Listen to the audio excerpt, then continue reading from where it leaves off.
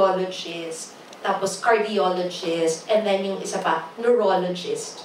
And lahat iaano. So, let's pray. Kasi, may friend ako, nag-stress test lang, yung ganun. Biglang generation na. Ha? Lalong natuluyan. Hindi. Ewan ko sa'yo. Ano natuluyan? Dinala sa langit. Dinala, ewan ko. Tumatakbo lang. Run. Okay. Run. Tapos sinabi nila pinauwi. Inangioplasty na. Oo, kaya ewan ko sa'yo, Miko, magdasal ka tomorrow. Umabot ka naman sa plane. Tsaka sa Pasko. Umabot sa playdate at Pasko lang. Hindi kasi, yun talaga. Kaya dasal talaga ako ng dasal. Kasi yung friend ko talaga, yun ang nangyari. Ginagawa lang yung stress test.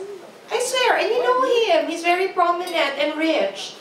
And you know him. Oo, and ano, but he's alive! Hindi, buhay na buhay. Goodness nyo ngayon. Pero, the fact na na-angioplasty, right away. As in, test, takbo-takbo. Uy, sandali, halfway daw tinigil.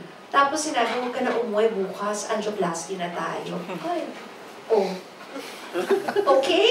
O, tapos ito ang sinabi sa akin, tapusin mo naman ang playdate at Pasko. How nice of you. How generous. Hanggang-birthday na, ewan ko sa'yo. Ayun yung pinakapayat mo, madam. You're at your best. Thank you.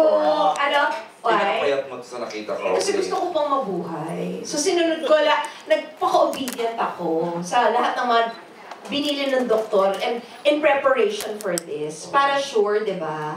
Kasi di ba, fault ko na yun. Kung hindi pa ako healthy, nasabihan na ako na ito yung do's and don'ts. Ang di lang nasunod doon, work hours. Yeah. Ako talaga siya na gano'n. Hindi totoo yun na, last bit of ano pala, quality of sleep is not the number of hours you get, but actually sleeping from 10 p.m. to 3 a.m.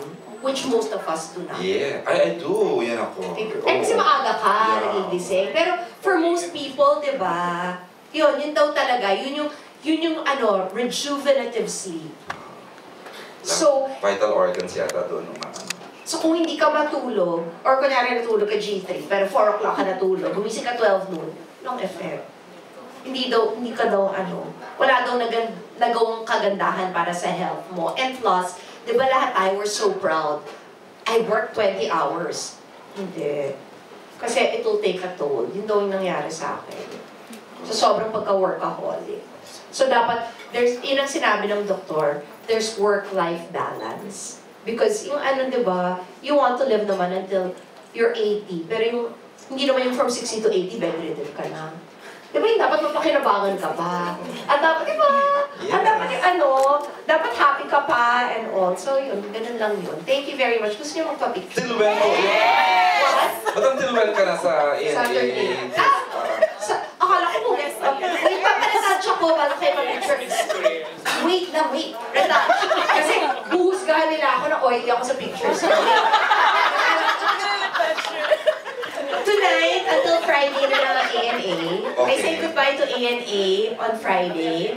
I start shooting the movie for the Metro Manila Film Festival next weekend.